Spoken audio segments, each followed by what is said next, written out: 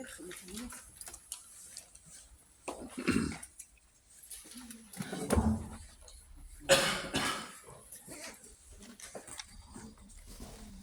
voilà, depuis 2 semaines, tout au moins pas dimanche dernier, mais dimanche avant, on vous a lu un texte que vous avez entre les mains et on vous avait demandé de le relire chez vous. Et puis on vous avait dit les remarques et les questions que vous avez, vous pourrez les formuler ce soir. Alors on est très peu, donc ça va être très pratique. Je crois qu'il ne faut pas avoir peur, peu importe de ce que vous avez à dire, nous on en tiendra compte ensuite. D'accord? Non, vous n'avez pas trop envie? Vous dites, oh, je vais pas parler, tout ça. Je crois qu'il faut s'exprimer avec simplicité. Nous, on a écrit cela, on l'a fait. Peut-être qu'on s'est trompé, peut-être qu'il y a des trucs qui sont complètement loufoques, et il faut nous le dire. Donc, Marie-Thérèse et Marie-Claude vont vous lire par morceaux, on va le lire comme ça, par morceaux, vous pourrez répondre après la lecture. Denis est notre expert. Je le compléterai, mais peut-être pas. Voilà. Donc, je laisse la parole à Marie-Claude. Donc, je vais commencer à lire donc, le premier paragraphe. Ce que l'avenir pourrait être. Des communautés locales qui n'ont pas peur de la diversité, qui veulent être accueillantes et ouvertes à tous. Des communautés locales qui permettent aux chrétiens de vivre une synodalité active, c'est-à-dire de cheminer ensemble. Des communautés locales qui sachent avoir une vision et des prises de décision qui tiennent compte de la périphérie de nos parvis. Est-ce que vous souhaitez faire un commentaire ou quelque chose sur ce premier paragraphe? On peut poser une question. Voilà, donc est-ce qu'il y a des choses qui vous paraissent pas compréhensibles? Est-ce que... Oui, parce que communauté locale, peut-être que vous savez pas. Oui, quand je... Attends, je ne sais pas s'il marche. Si, il marche. Ah oui. Il marche. Quand vous écrivez des communautés locales, j'ai envie de dire lesquelles? Est-ce que ça veut dire Puy-Moyen ici et Saint-Pierre-au-Maître? C'est lesquelles exactement? Il y a 2 communautés locales, c'est ma campagne Puy-Moyen et Pierre-au-Maître. Dans cette paroisse, il y a 2 communautés locales. Qui constituent une paroisse. Maintenant, la paroisse Saint-Joséphine-Bacon. Une communauté locale, oui, moi je trouve aujourd'hui que ces communautés ont déjà beaucoup de diversité. Alors, qu'est-ce que vous attendez de plus dans cette communauté-là? Parce que moi je me suis posé la question, donc dans cette église, et même à Pierre-au-Maître, l'église est ouverte à tous ceux qui veulent venir. Alors je ne sais pas, c'est ouvert à qui, à quoi, parce que bon, c'est déjà ouvert. Parce que dans cette phrase, il y a quelque chose qui t'ennuie dans ce qui est écrit là? Non, pas du tout, parce que il y a bien le micro dans ta bouche. 2 communautés locales qui n'ont pas peur de la diversité, oui. Je ne pense pas qu'ici on a peur de la diversité. Oui, ça dit peut-être que sont nos communautés locales. C'est une description qui est écrite là-dedans, ce que nous essayons de vivre depuis longtemps, bien avant. Depuis longtemps, ces 2 communautés sont marquées par un souci du quartier, un souci des diversités. Donc ce n'est pas pour dire ce qu'il faudrait faire, c'est pour aussi dire ce qui anime nos communautés locales. C'est ce qui anime actuellement. Voilà. C'est le cas. Actuellement, ce qui est écrit là correspond en tout cas à notre idéal.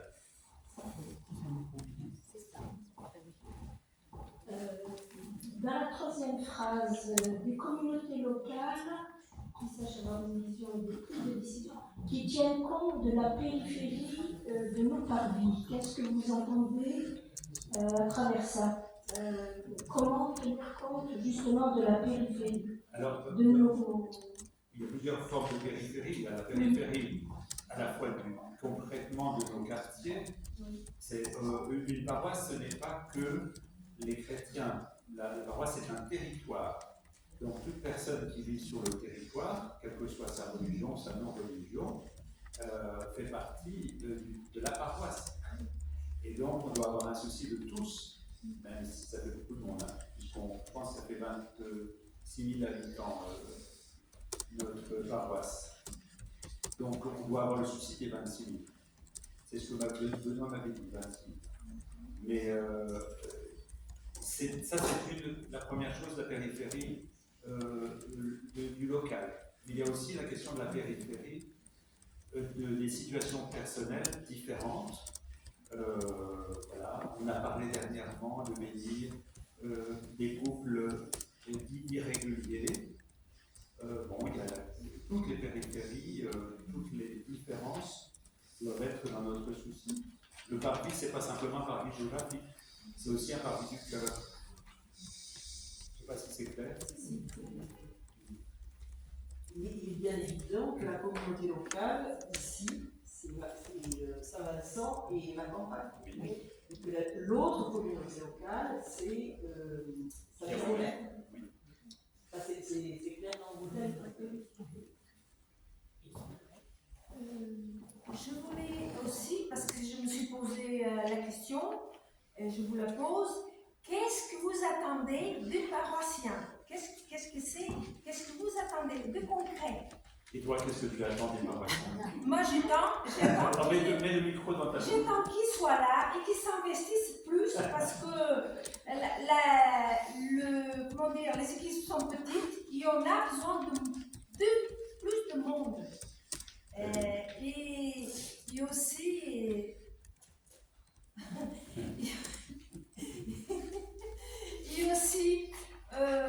les personnes qui sont, disons qu'elles sont aptes et elles sont capables de mener les groupes et tout ça, mais souvent on a besoin aussi d'autres. Il y a le berger et le suivant, le brebis après, pour aider. Et on a besoin d'aide. Voilà. Alors, maintenant, je ne sais pas. Oui, mais c'est quoi le berger? Le berger, c'est, par exemple, un berger, c'est le meneur, c'est lui qui mène. Oui, mais qu'est-ce que tu entends par berger dans la communauté? Non, je ne parle pas de Non, mais je demande. Par exemple, dans notre groupe, Oui. dans le groupe, Christelle, elle fait beaucoup parce qu'elle est capable. Elle est capable, elle a le don, elle a la possibilité. Donc, les autres après, ils suivent. Ils sont d'accord, on se met d'accord. Voilà. C'est mon idée. Maintenant, chacun elle a son idée. Voilà. Et Donc, moi, voilà. Donc, ta proposition, c'est quoi? La proposition, qu'est-ce que c'est alors? Moi, la proposition, Oui. c'est plus de monde Engagé. engagé. D'accord. Merci. Merci beaucoup. C'est la droite qui bouge beaucoup là. Oui, alors, on attend la gauche maintenant.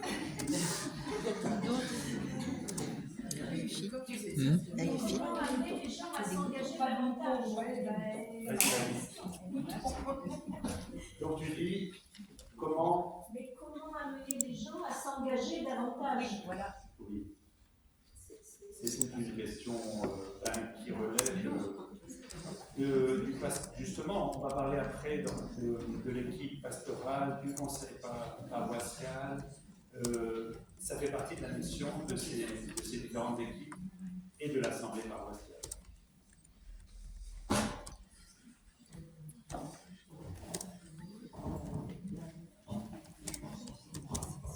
Moi, je prends la parole. Je suis un paroissien très occasionnel, mais une réflexion qui me vient un peu. C'est vrai qu'en fait, l'Église est une périphérie en soi aujourd'hui. C'est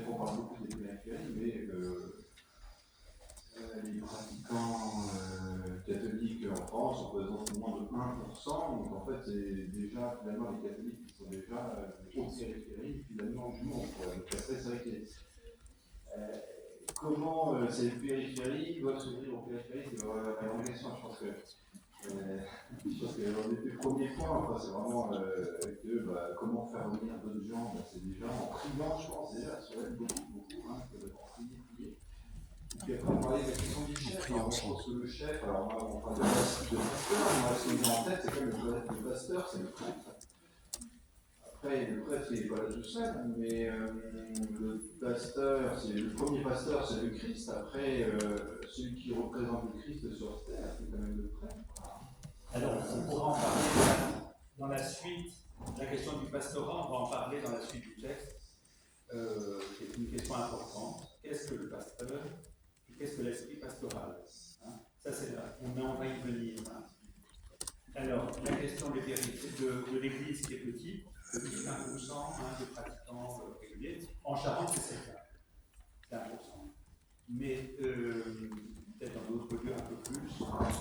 Alors, il y a dans l'Évangile le grain de grain blé, c'est petit. Un grain de sel blé, c'est très petit.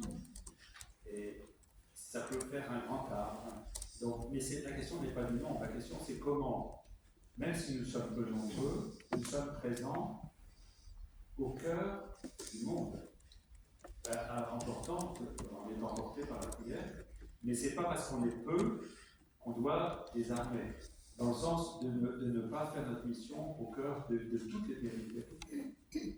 Même si nous sommes nous-mêmes une périphérie, ce n'est pas une raison pour ne pas être présent à toutes les périphéries dans la mesure de nos capacités. Là, j'étais hier avec une aide-soignante dans un hôpital à Angers, et il y avait le portrait de Joséphine Bakita dans la chambre, et voilà, cette personne qui d'un coup s'est ouverte, c'est une personne qui est tout d'un coup, en voyant cette photo, elle a été voir la vidéo qu'on avait passée de la vie de Joséphine Bakita, et elle s'est dit, est-ce que j'ai été baptisée, qu'est-ce que je peux faire maintenant, il y a très longtemps. Et on a parlé de la confirmation. Et une aide-soignante dans un hôpital. Bon. Partout, question de notre petitesse n'est pas une bonne raison de ne pas être présent partout. Je ne sais pas si vous voyez ce que je veux dire. Bien sûr. Le pastorat, on va en parler dans les chapitres suivants. J'ajouterais simplement que la périphérie, c'est aussi, nous, on est dans un quartier multiples et variés de population, et ben c'est dire bonjour et rentrer en conversation, quelquefois avec des gens qu'on ne connaît pas forcément, ou qu'on connaît et qu'on retrouve, et ils ne viennent pas forcément à la messe. L'église, c'est un bâtiment pour eux, mais ils savent qu'on peut les écouter ou qu'on peut leur parler. Voilà, simplement. Rentrer en conversation et rencontrer. Ça, c'est pas propre à tous les chrétiens, c'est pas propre à tout le monde, ça. Bien sûr. Il faut que le chrétien apporte une âme supplémentaire. Cette âme, elle est portée, je pense, vraiment par la prière personnelle. Bien sûr. Et tout à fait au début de l'histoire de l'Église, ils étaient moins que nous sommes maintenant. Ils étaient 12. Plus 72, plus 500. Enfin, c'était un petit nombre. Y a-t-il d'autres questions? D'autres compréhensions?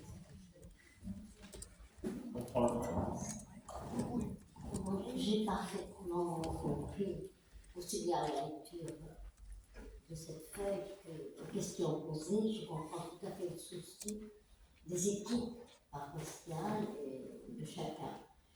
Moi, je suis un peu honteuse de dire ce que je vais, les mots que je vais prononcer, parce que je viens consommer, et je demande de m'en excuser beaucoup, mais c'est vrai que je ne suis pas prête à participer à cette construction, parce que j'ai par ailleurs beaucoup d'engagement, et aussi il il y a beaucoup de trous d'ombre dans ma foi. Et c'est ma légitimité après. Mais en étant là, vous participez à la construction. Je suis, oui, mais je veux dire que je ne fais rien. Non, mais à part, chacun trouve sa manière de s'engager. Il y a des périodes dans la vie où on s'engage plus, des périodes où on doit être plus en retrait, des périodes où on doit plus creuser sa foi, des périodes où on doit plus s'engager. C'est pas engagez-vous, on n'est pas à l'armée ici. non, mais j'ai bien compris. Heureusement. Oui, Donc, chacun doit trouver son Ça mode de passe. présence et être dans la communauté ne veut pas dire le doigt sur la couture du pantalon. Hein. Il n'y a rien à faire, puis assez peu. Mais vous priez? Ensemble. Bon, ben alors, vous faites pas rien.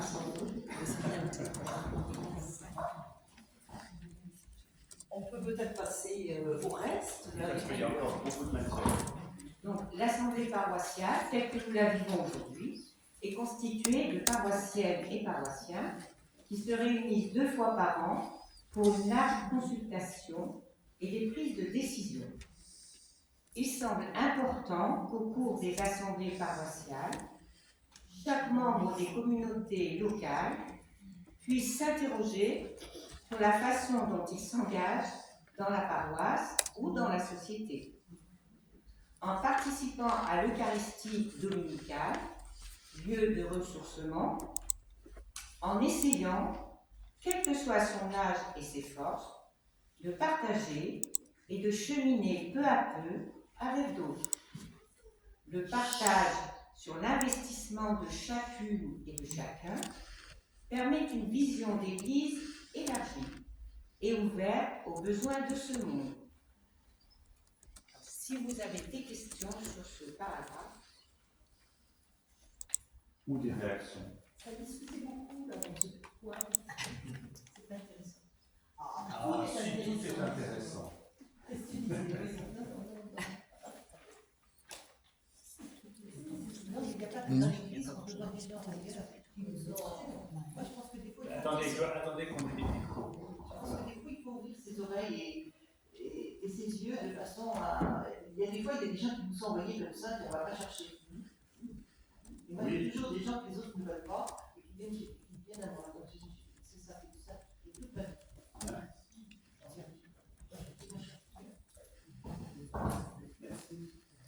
Non. Bon, c'est compréhensible, vous avez. Ça va, c'est clair, ce paragraphe. Vous êtes d'accord? Donc c'est vous, hein, l'Assemblée paroissiale, c'est vous. Hein. Pardon. Ah, voilà, Joseph. C'est clair, moi j'ai rien à redire sur ce qui est écrit, sauf que je ne vois pas clairement quel est le rôle de l'Assemblée paroissiale. Sa responsabilité, c'est quoi? Alors, la responsabilité de l'Assemblée paroissiale est importante. Simplement, il faut qu'on arrive à la rendre très efficace. Et pour ça, il faut qu'on fasse des progrès. Parce que normalement, l'Assemblée paroissiale, aujourd'hui, on travaille sur l'organisation de notre paroisse. Mais l'Assemblée paroissiale, c'est un lieu normalement de décision aussi. Quand on a décidé de faire une seule paroisse, on a pris le temps de consulter, de réfléchir, de se poser des questions, quelquefois des questions un peu vives d'ailleurs, je me souviens à certains moments. À Saint-Pierre-Omer, une fois, on a eu un échange un peu vif. Autour de pourquoi faire ça maintenant, pourquoi subvenir de deux paroisses, c'était assez tonique.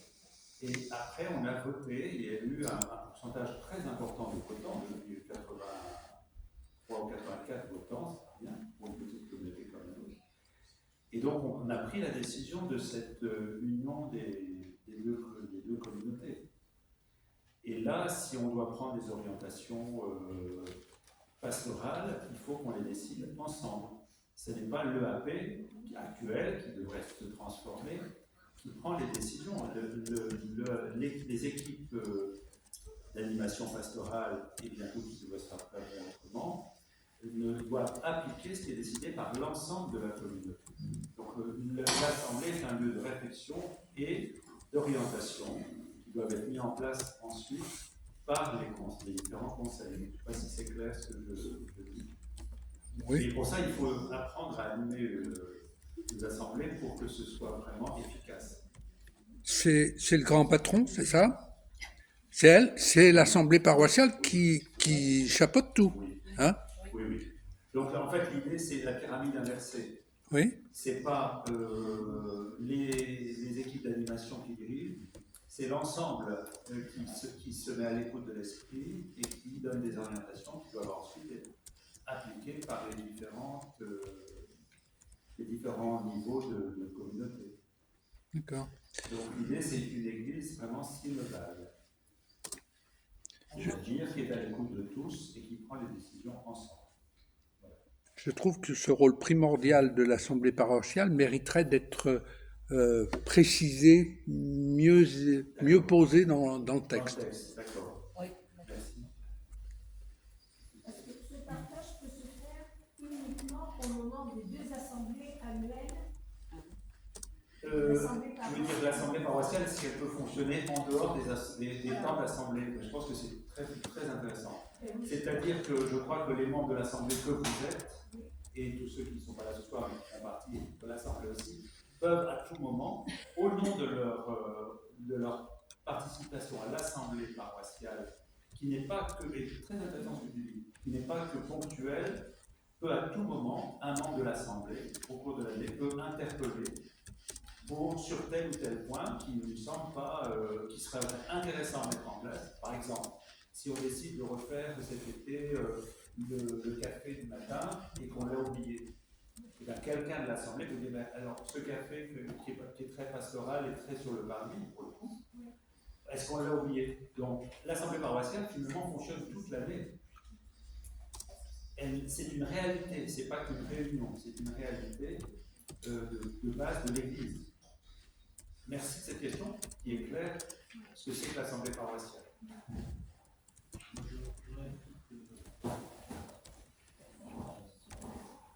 À la lumière de l'échange que Denis a eu avec Madame tout à l'heure, qui s'excusait presque de ne pas s'engager, moi j'aurais un petit amendement au texte à proposer. Après, finalement, ce mot à la 3e ligne, la façon dont il s'engage dans la paroisse, dans la société, finalement ce mot engagé, peut-être qu'il peut faire peur. J'aurais écrit la façon dont ceux qui vivent en paroisse, ceux qui vivent en société, il me semble que j'aurais modifié un peu la phrase, parce que ça peut être un engagement, mais ça peut être une aide ponctuelle, ça peut être très peu, comme on l'a dit tout à l'heure, ça peut être un peu plus. J'aurais pas gardé ce mot engagé à cette ligne-là. Oui. Non, c'est intéressant. C'est intéressant parce que l'Église n'est pas une association. L'Église, c'est une communauté. Et vous pouvez être, par exemple, très malade et être toujours un membre total de la communauté. Même si vous êtes couché, vous ne pouvez plus rien faire. Ça ne vous empêche pas d'être un membre imminent de la communauté et de l'assemblée paroissiale. Par la prière, par la présence, par le fait que ça fait s'engager aussi les membres de la communauté autour de votre présence. L'Église n'est pas une association. On peut peut-être s'écouter un peu. Alors, il y a encore un petit aparté là. On va essayer de ne pas faire de conversation privée parce que sinon on ne s'en sort pas. Si on a des questions, on les pose à l'ensemble. Oui, je disais que par exemple dans les annonces, Tu veux passer il y a des annonces pour des groupes, je ne sais même pas ce que c'est. Il faut le reposer devant au micro parce que sinon ça ne. Si on a une mission, c'est même pas que ça correspond. Par contre, je vous dirais que le groupe de vie, enfin, dont je participe là, est très intéressant. Je ne sais pas si il y a là qui serait intéressé. Bon, c'est pas le moment de faire la publicité, mais en tout cas, c'est très intéressant la proposition. Non, par ici. On parle devant. Alors, ce qui est important, c'est qu'il faut que tout le monde comprenne ce que vivent les autres. Donc, il faut qu'on arrive progressivement à renseigner l'ensemble de la communauté sur ce que vivent les différents groupes. Voilà, c'est très important, merci. Bon, on peut peut-être passer, il n'y a pas d'autres questions? Ah, Tu dis justement par rapport au groupe, ce serait bien qu'on mette, j'ai vu qu'à Saint-Pierre-au-Maître, il avait mis l'affiche avec tous les groupes qui existent et faire éventuellement une présentation pour les gens qui passent. bien sûr. Et au cours de nos célébrations, je pense que c'est important aussi que les groupes puissent s'exprimer, comme ça se fait normalement, ça s'est fait qu'à certains dimanches, tel groupe puisse intervenir ou autre. Il y a eu un moment où les groupes animaient une messe par an. Donc c'est un Par autre. Oui. Bien, donc nous passons au conseil pastoral paroissial. Voilà, conseil pastoral paroissial mettra en œuvre les propositions de l'assemblée paroissiale, appelée équipe pastorale paroissiale. Il sera constitué de personnes engagées dans nos communautés et dans la société. Ce conseil pastoral serait composé de 3 membres engagés dans chaque communauté locale, 3 membres engagés dans la société de chaque communauté locale, 3 membres de l'EPP, c'est-à-dire c'est l'EAP qui deviendrait EPP. Et puis, voilà, mais j'explique ce que c'est que l'EPP, parce que là, au départ, on peut peut-être se dire qu'est-ce que c'est que ça dans ce coup qui arrive là. Le prêtre modérateur. Le mandat de ces personnes sera de 3 ans, renouvelable une fois. Il peut être élargi ponctuellement à des personnes présentant des compétences en fonction des thèmes proposés. Il se réunira 3 fois par an. Là, ce serait une création. Voilà. Alors, question.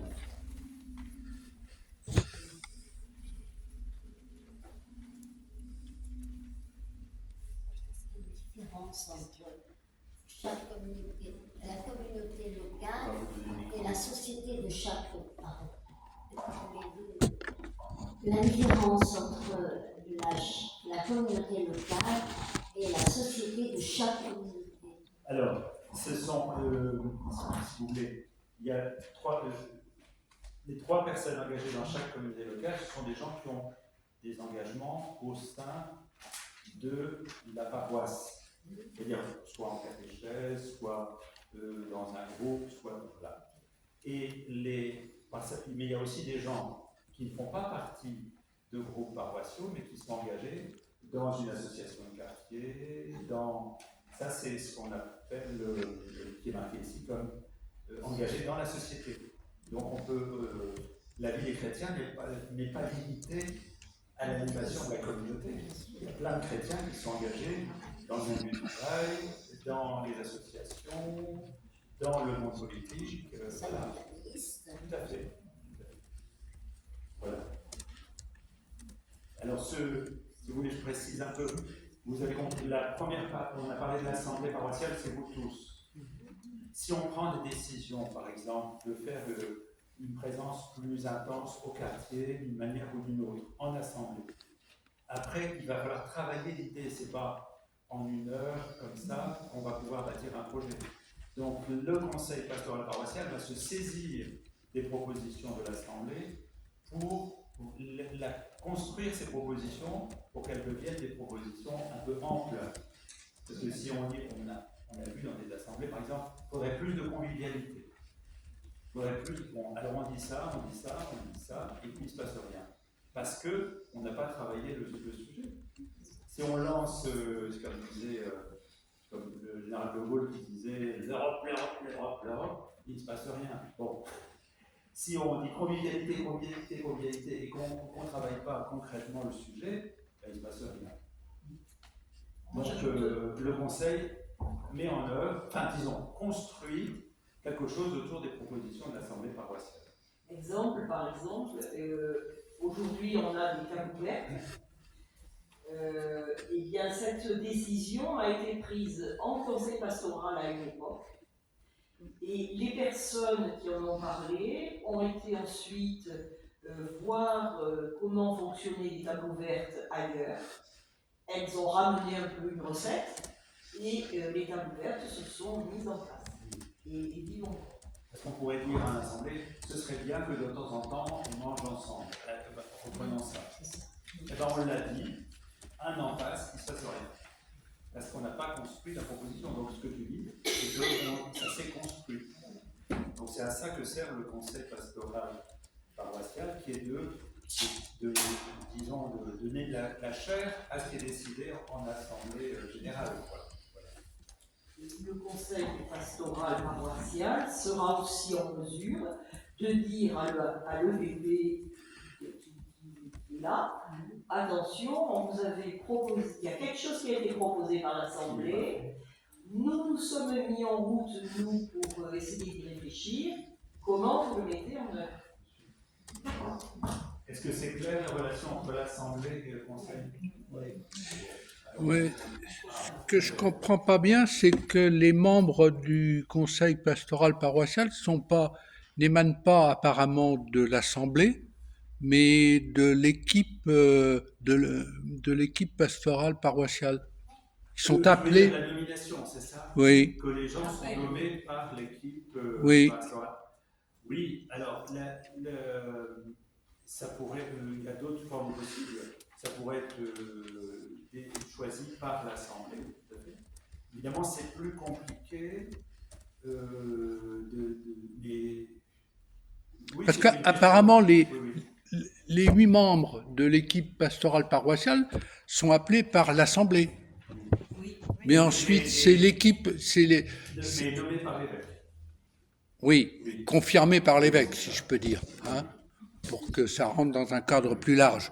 Mais la proposition vient de là, et généralement, elle ne bouge pas.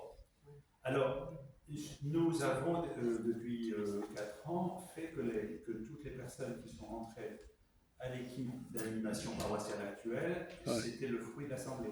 Ça ne se passe pas partout comme ça. En tout cas, c'est notre politique. Il n'y a personne qui ne soit une consultation.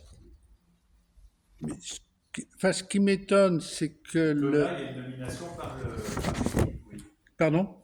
Parce que là, effectivement, pour le conseil pastoral, ça n'est pas comme ça qu'on a orienté la proposition. Oui, tu as raison. Les membres du conseil pastoral paroissial, dans le texte-là, sont nommés, sont appelés par l'équipe d'animation pastorale. Alors que, enfin, si je place les 3 niveaux, il y a l'assemblée paroissiale, le conseil pastoral, et l'exécutif, c'est l'équipe pastorale.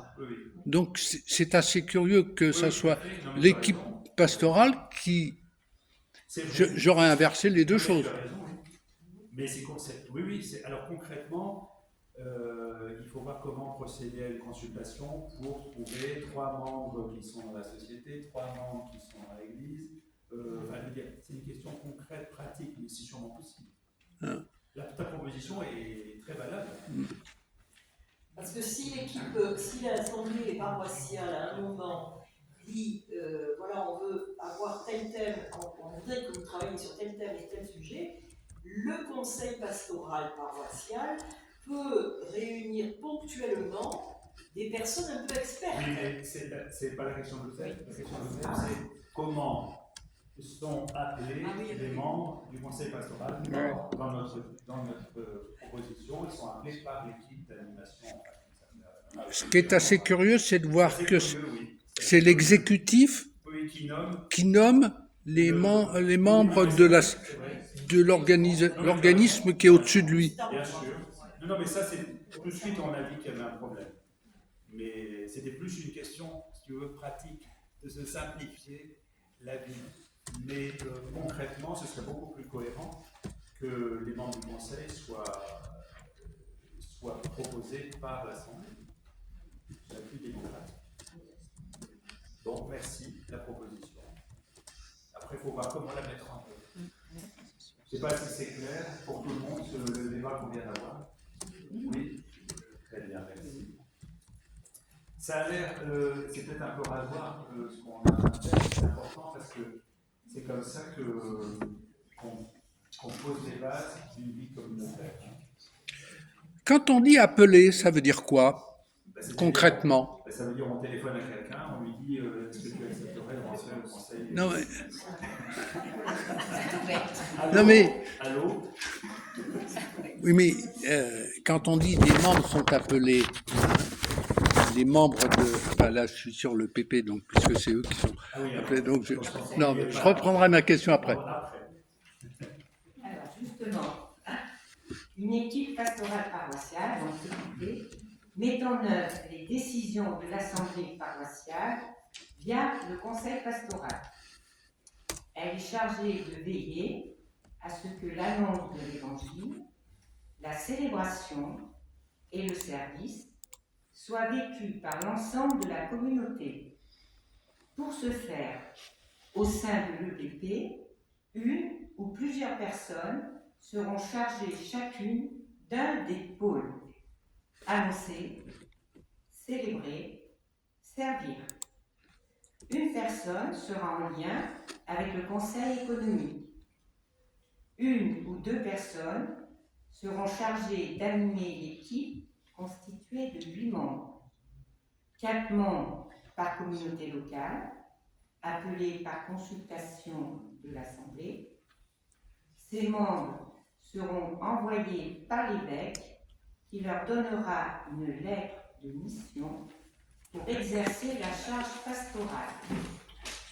Un prêtre modérateur les accompagnera dans cette mission. Le mandat d'un membre de l'EPP sera de 4 ans, renouvelable une fois. Alors, je me permets de tout de suite dire à la question que vous avez posée sur le pastorat à notre ami qui est au fond. C'est la question du pastorat. Qu'est-ce que c'est que le pastorat?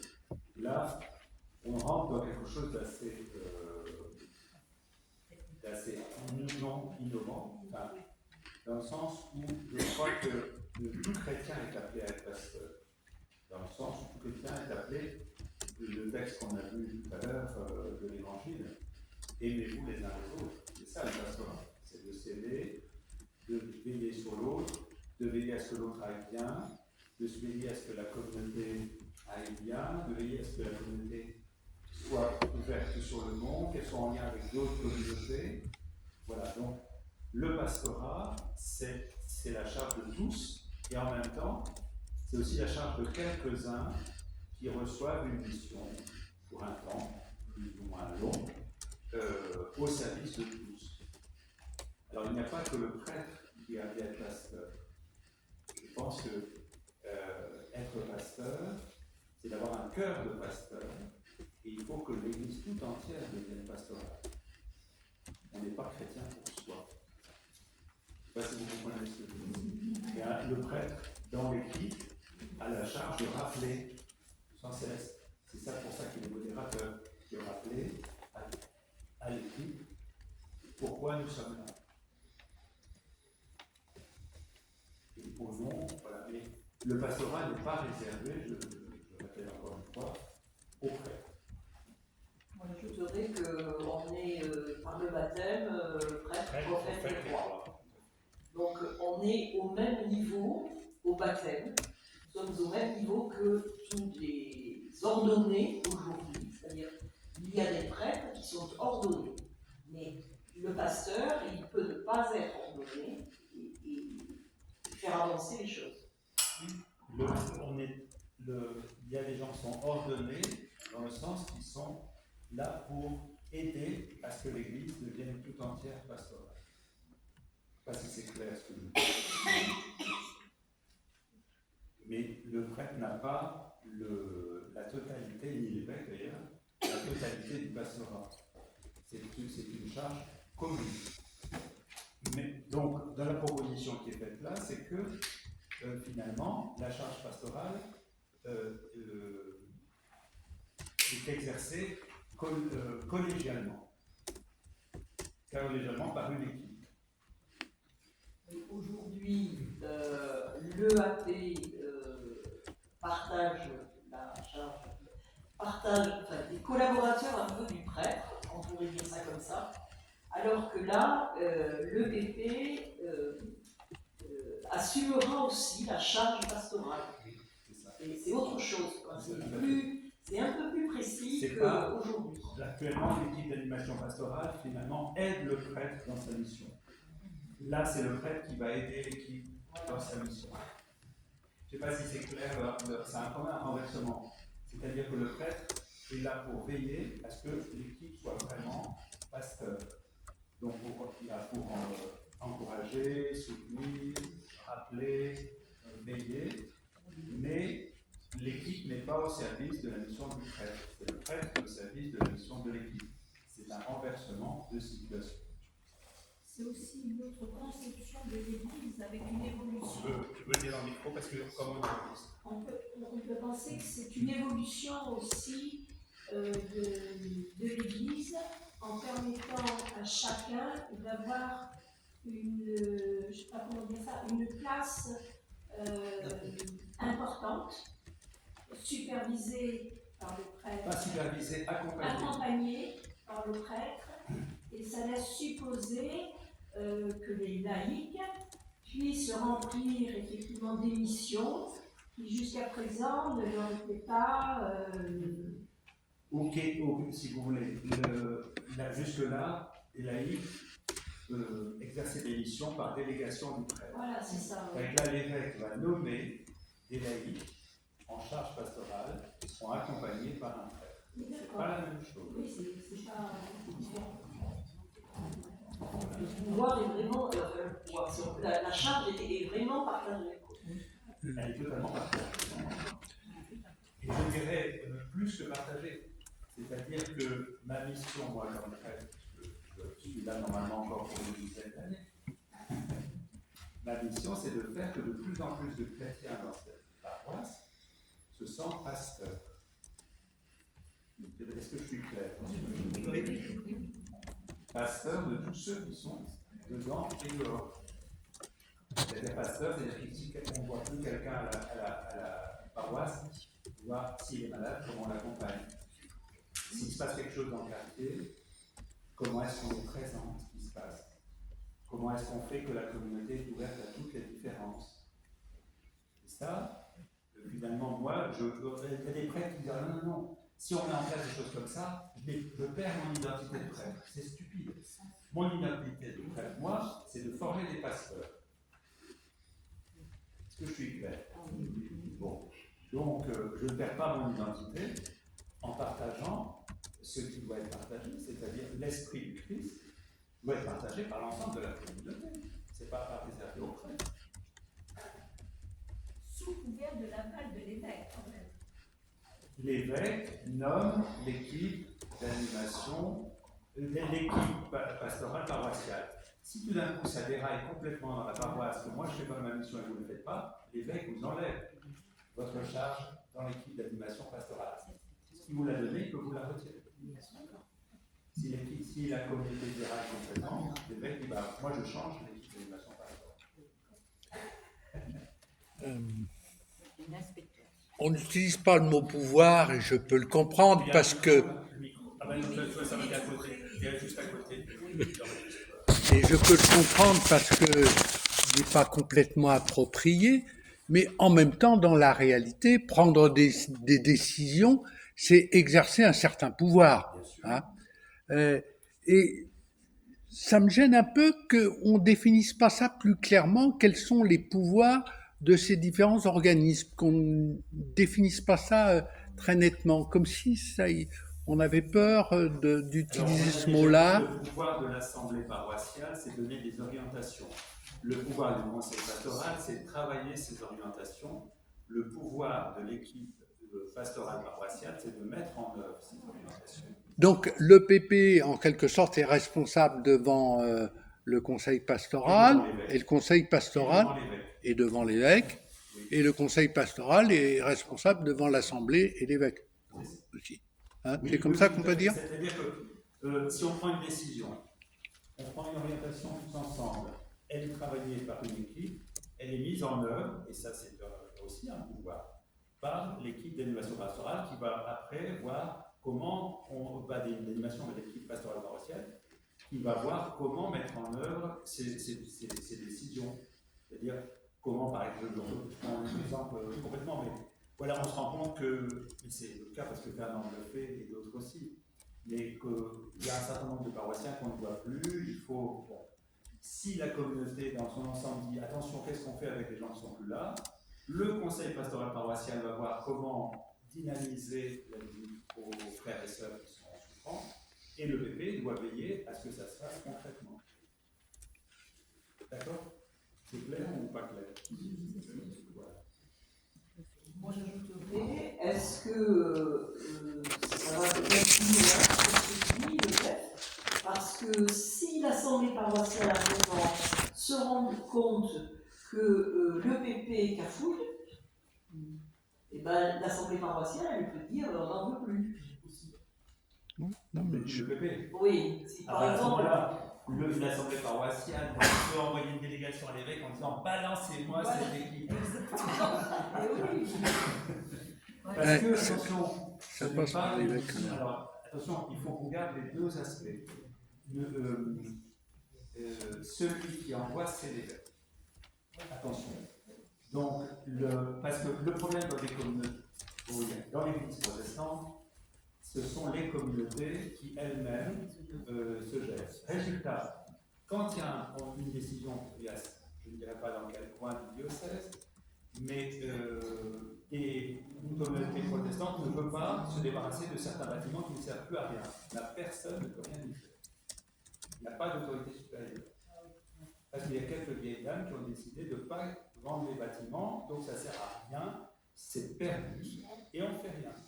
Donc, dans l'Église catholique, il y a quand même une autorité, un pouvoir de l'évêque, de dire attention, là, vous dérapez. Moi, je vous demande de ne pas déraper. Voilà, c'est intéressant aussi ce regard extérieur. Parce qu'en communauté, on peut se refermer complètement sur soi-même. C'est une possibilité qui arrive quelquefois, que des groupes se retrouvent. Ouais. Le pouvoir de l'évêque, c'est aussi quelquefois bien. Il y a d'autres questions?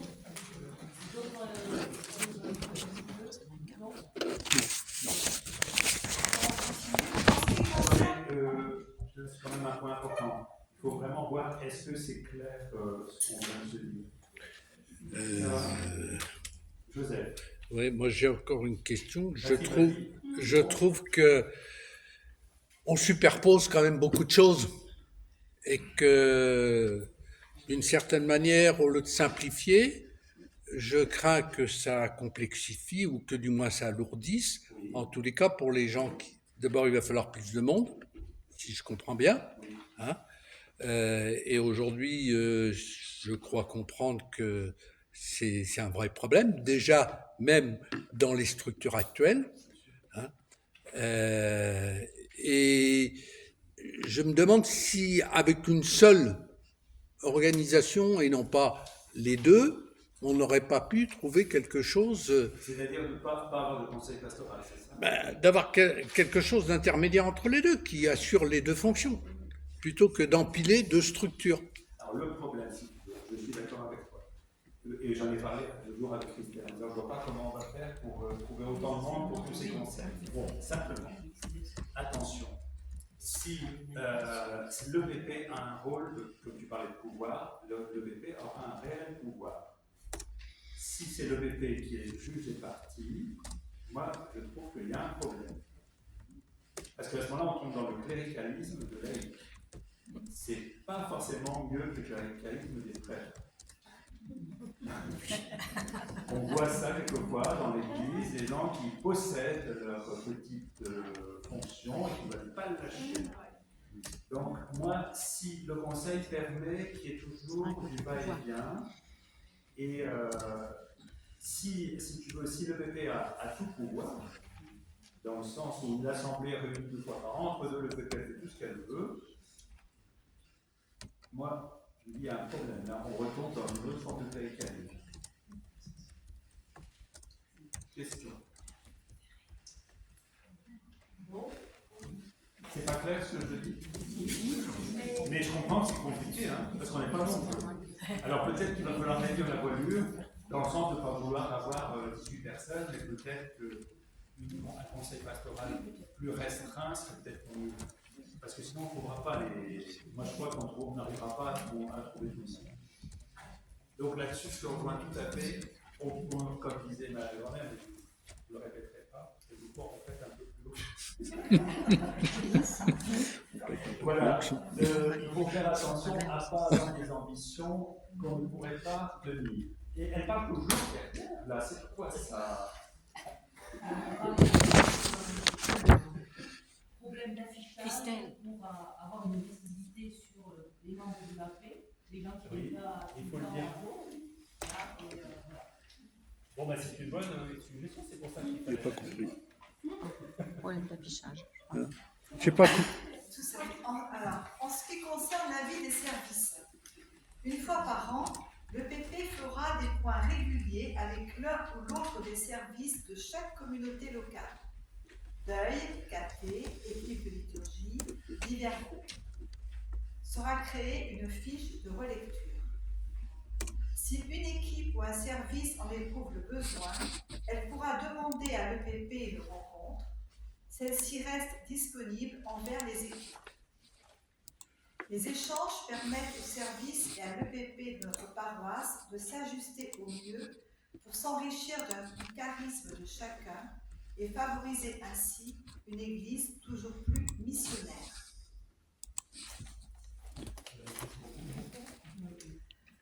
Pour tout cela, une philosophie et un projet. Pour construire une Église synodale, cela suppose un échange et un débat le plus large possible, ce qui implique des strates diversifiées de réflexion et de décision. Une conviction. L'Église n'est pas faite que de ceux qui réfléchissent et de ceux qui suivent. Nous avons aussi mission d'ouvrir à la prise de conscience que chacun est une pierre vivante de l'édifice, que nous formons tous ensemble, animés par l'Esprit Saint.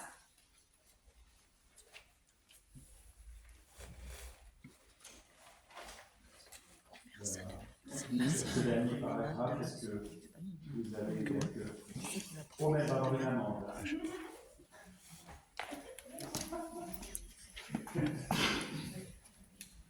Moi, je trouve ça intéressant que chaque équipe, effectivement, soit deuil, soit café, soit équipe de liturgie, puisse rencontrer au moins une fois par an des membres de l'EPP. Je trouve ça très très intéressant. Et peut-être même 2 fois, ce ne serait peut-être pas du luxe. Alors après, tu sais que les journées, donc 24 heures, les mois, donc 30 ou 31 jours, et les années, donc 365 jours. Non, mais au moins une fois. Au moins une fois, oui. Pas trop. C'est-à-dire que si on dit une fois, on va y arriver 2 fois de chaque équipe, je pense qu'on n'y arrivera pas. Quand on voit, tu vois déjà les réunions, on n'arrive pas à faire tout ce qu'on a à faire. Mais au moins une fois, c'est vital.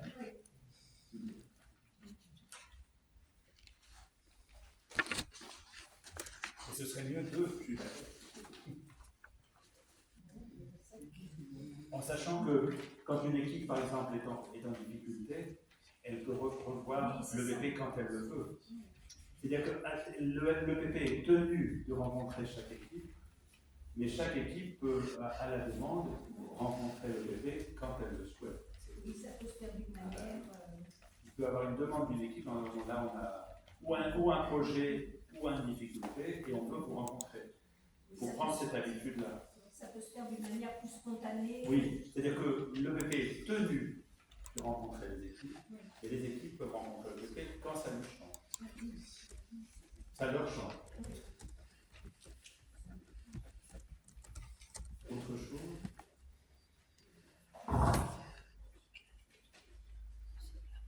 Est-ce que tout est clair?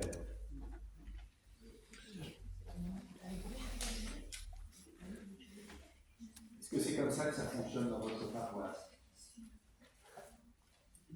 Est-ce que vous préférez que ça fonctionne Alors, allez-y. C'est-à-dire, dans notre paroisse, on a eu une rencontre il n'y a pas longtemps. Oui. Et en général, quand il y avait une suggestion qui était faite, c'était pas possible. Ah oui. Oui, alors ça décourage un petit peu. Quand c'est tout. Dès qu'on se fait quelque chose, ça ne peut pas se faire.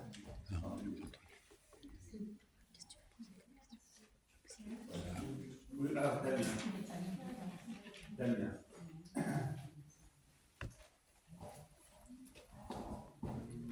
Ma question, c'est pour le sujet d'aujourd'hui, si c'est une forme habituelle ou exceptionnelle, finalement.